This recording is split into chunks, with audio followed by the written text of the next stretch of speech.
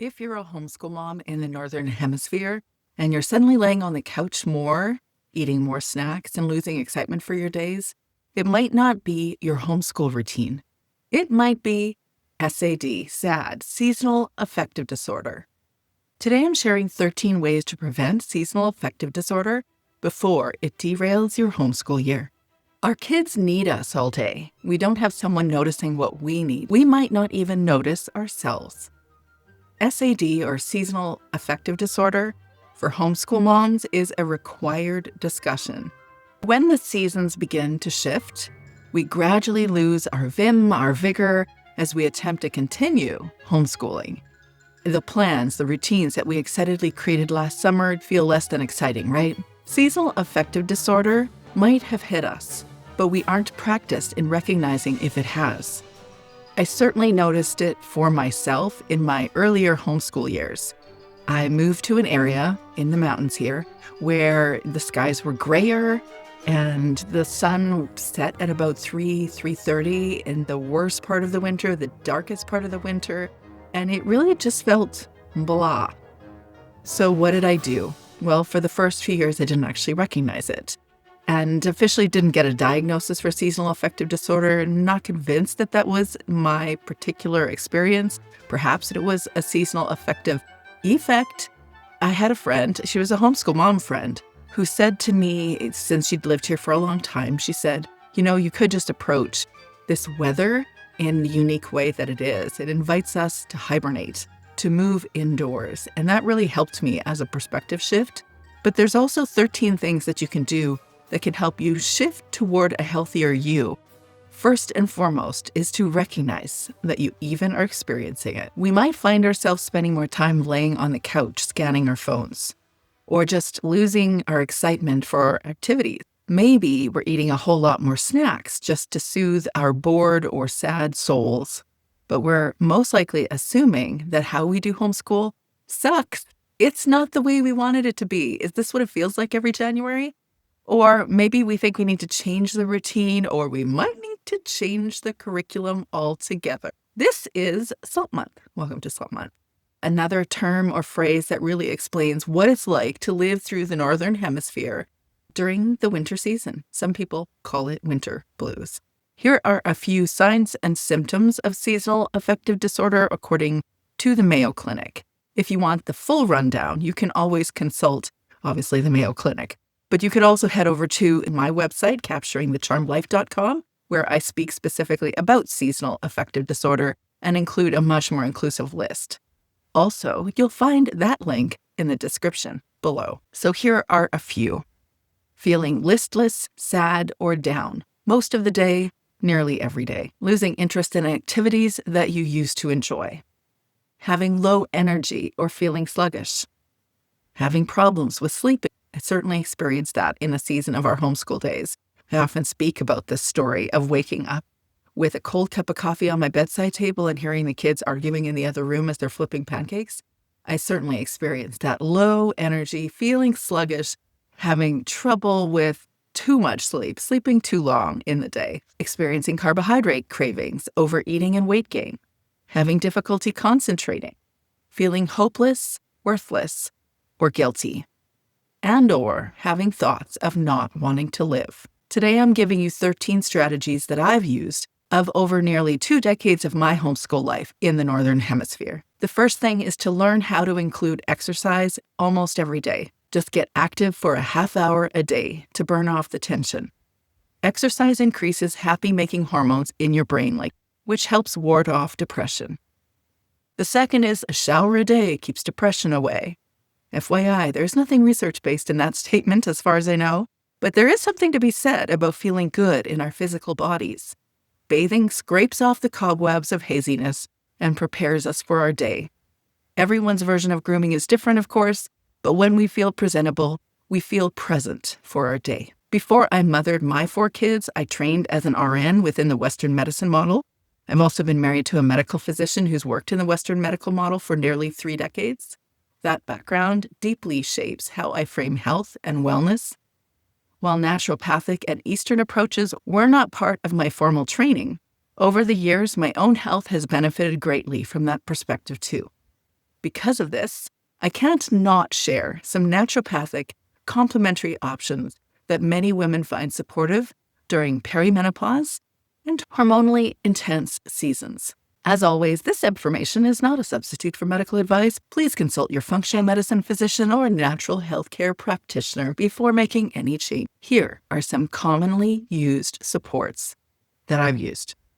L-theanine, which supports task switching when paired with caffeine and reduces depression. 5-HTP, supports sleep and mood by increasing serotonin. Vitamin D, especially important in obviously fall and winter. Optimal levels support our overall health for many reasons. Magnesium supports sleep and hormonal balance and decreases my chocolate cravings. Omega-3s, from supplements, flaxseed oil, or cold water fish, they support our brain and our hormonal health. Passion flower, helpful for anxiety and middle-of-the-night wakings. Turmeric or curcumin, associated with improved mood, stress resilience, and reduced anxiety. St. John's wort, it supports serotonin, dopamine, and norepinephrine. Consult your physician if you're taking an SSRI. Black cohosh often is used to reduce hot flashes and night sweats. And speak to a medical professional about menopause hormone therapy if you are 35 plus. Most of the women that I meet in one-on-one coaching are hovering around the age of 40. In fact, many of them I get to celebrate their 40th birthday with them. Coincidence? I think not. Here's why. Because I see perimenopause as a reordering of our brains. In fact, it's not just me that sees that. That is essentially what the advice out there is, that we are going through our own different kind of adolescence. You're welcome, universe. Also, it means you have a high intolerance for BS, and that means everything's going to shift around you. Not just because you're experiencing mood shifts, increased irritability, anxiety, and emotional sensitivity that feel new or harder to manage. Also because you have sleep disruption, trouble falling asleep, waking between 2 and 4 a.m. And then when you wake, you have brain fog, having difficulty concentrating. You forget things, you feel mentally overstimulated. And cycle changes, of course. Shorter cycles, heavier cycles, lighter cycles, more intense PMS. And certainly, you have a lower stress tolerance. Things that never used to bother you suddenly feel like too much. Or you have fatigue, you're feeling tired even after adequate sleep. And feeling not like yourself. Your identity feels like it's shifting. You're lower in motivation, and you have a quiet sense that something is deeply changing. You may be entering the no or very low BS stage. You're not tolerating BS, just as it should be. However, it's challenging transitioning through the perimenopause to menopause phase when you are a homeschool mom. Can I hear any? My intention in sharing these is simple: to widen the conversation around caring for women's bodies with wisdom and discernment, especially during demanding seasons of your life. Consider menopause hormone therapy. Talk to your physician. The fourth thing you can do is alter your diet. Just one healthier choice. Your food choices affect your mood. I am by no means suggesting you should choose a diet book or a diet plan. I am a child of the 70s and 80s, and diet culture was horribly unhelpful in my life as it likely was in yours. However, I am suggesting you include just one more nutritious food a day, or shift just one habit toward a healthier you. For instance, for me, I want to include a green smoothie every morning for breakfast. However, presently, I don't know where the smoothie cup is. I think it's upstairs in my teenage son's bedroom. Also, you could include a tray of vegetables and hummus for lunch, or consider an apple and a handful of almonds for snack. Those are just a few different ways you could increase your nutrition each day, because what you eat is how you feel. The fifth thing you can do is get support.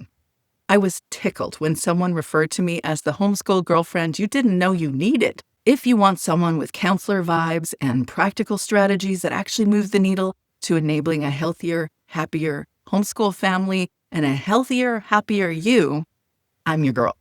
Book your free aligned homeschool reset session to learn how I can walk alongside you. We can meet. You can discover that I'm exactly like this, even with this, like you see me here, minus the microphone, and you can finally have someone see and support you through this season of your homeschool life. The sixth thing you can do to address seasonal affective disorder is to use adaptogens. These are herbs, not supplements per se. Adaptogens are used to decrease symptoms of stress, including forgetfulness, exhaustion, and sleep issues, like Riodola, ashwagandha, holy basil, and Asian ginseng. If you want to read more on these, I give a super simple summary in my article titled 13 Ways to Prevent Seasonal Depression as a Homeschool Mom on my website. You'll find the link in the description below. The 7th thing you can do is to use natural substances found in your garden.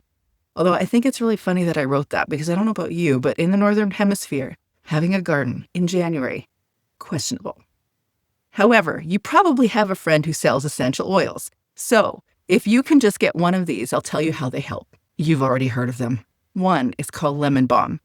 It's a lemon-scented herb that generates sedative effects. It's antiviral, it has digestive health benefits, and lemon balm grows easily in the garden, just not in January. It also makes a delicious tea. My children love it. Chamomile is an extract from German chamomile flowers. It's used to improve sleep quality and decrease nighttime wakings. It may help with menstrual period pain as well. It makes tea too, but not so delicious tea. When I was first foraging and learning to garden, I invited another homeschool friend who's like full homesteader. She only ever buys pepper, pineapple, and toilet paper at the grocery store. And I said, I have my own tea. It's German chamomile. She was not impressed. The 8th thing you can do is to incorporate other essential oils known as Clary sage, lavender, and Thieves. Essential oils have unique properties themselves, so let me share just 3 that I've used. So Clary sage contains phytoestrogens and is known to regulate the menstrual cycle by balancing hormones naturally. Lavender is popular for a reason. It smells good. It also helps improve symptoms of depression, insomnia, and chronic fatigue. There are many essential oil options. Just ask your homeschool friend who sells them. And if you're that homeschool friend, why don't you put your website link down below? I'd love to see. Also, one of my favorites is Thieves, Thieves. It can be used as a fragrant and effective house cleaner, but it's also used in a steamer when you need a decongestant, like the only cleaning product I know that can be consumed. The 9th thing you can do is to implement deep breathing exercises, meditation, and yoga. These are life changers, in my opinion, if you haven't tried them already. Anything to decrease that extra blast of anxiety that you gain as a perimenopausal woman, bring it on. You can learn more about all those things in a post that I wrote about mindfulness techniques. You'll find it below too. Have you tried acupuncture? It is known to increase estrogen levels. It decreases levels of follicular stimulating hormone and luteinizing hormone. It increases inhibiting GnRH and transforms androgens into estrogens. Simple terms. It is equalizing your hormones. It's leveling out your hormones. And in my experience, it just feels good. You can listen to an interview that I did with a Chinese medical practitioner and also now a homeschool mom who was a homeschool kiddo when she grew up. We talk about the benefits of acupuncture. You'll find the link below too. The 11th thing you can do is to send your kids back to school for a season. You were not expecting me to say that one, probably. But if your coping skills have turned into laying on the sofa midday because of chronic illness or depression, and you're just unsure where the kids even are, what they're doing, you might consider that you're no longer up to this homeschool thing for now. Then consider making a dramatic shift temporarily. You don't have to assume you're leaving homeschool permanently. Maybe a season of the kids leaving for school each day and returning in the afternoon will provide you enough rest and reprieve to gather perspective. So you'll want to continue homeschooling. I just want to put it out there because no one's saying that. And I genuinely believe that a happy homeschool mom enables a happy homeschool environment. Or you could shift to unschooling. That's the 12th thing you can do. Just shifting towards a more unschooly method might benefit all of you during this season and probably will benefit you forever. I've got a Deschool Your Homeschool journaling workbook that supports you to practically walk through that deschool thing in your real life. We in the homeschool community like to talk about deschooling, but we don't always explain how to do it. So I actually go through the how in this workbook. You'll find the link below. And the 13th, and possibly the most important way that you can prevent seasonal affective disorder is to build supportive community. But how, you ask? I offer the Confident Homeschool Mom Collective. It's online. So if you're watching this, it means you have capacity to join us every Friday at 10 a.m. Pacific in the Confident Homeschool Mom Collective. It's a place for women who don't want to do motherhood or homeschooling alone, where we process, we grow, and we connect as we learn to live more grounded and intentional lives. Think of this space as one homeschool mama walking beside another, guiding you toward clarity and confidence, while giving you a space to process what you're carrying, tools to regulate your emotions, and connection with a community that gets it. Okay, so you don't have to do all 13 ways to overcome seasonal affective disorder. In fact, please don't. It will surely overwhelm you. Definitely not my goal. Just pick one. Try it this week. Notice how you feel, because your kids need you resourced. And you need you resourced. You need to nurture the nurturer. What one strategy can you make right now toward caring for your own physical body, not just the kids? Tell me below. I'd love to hear.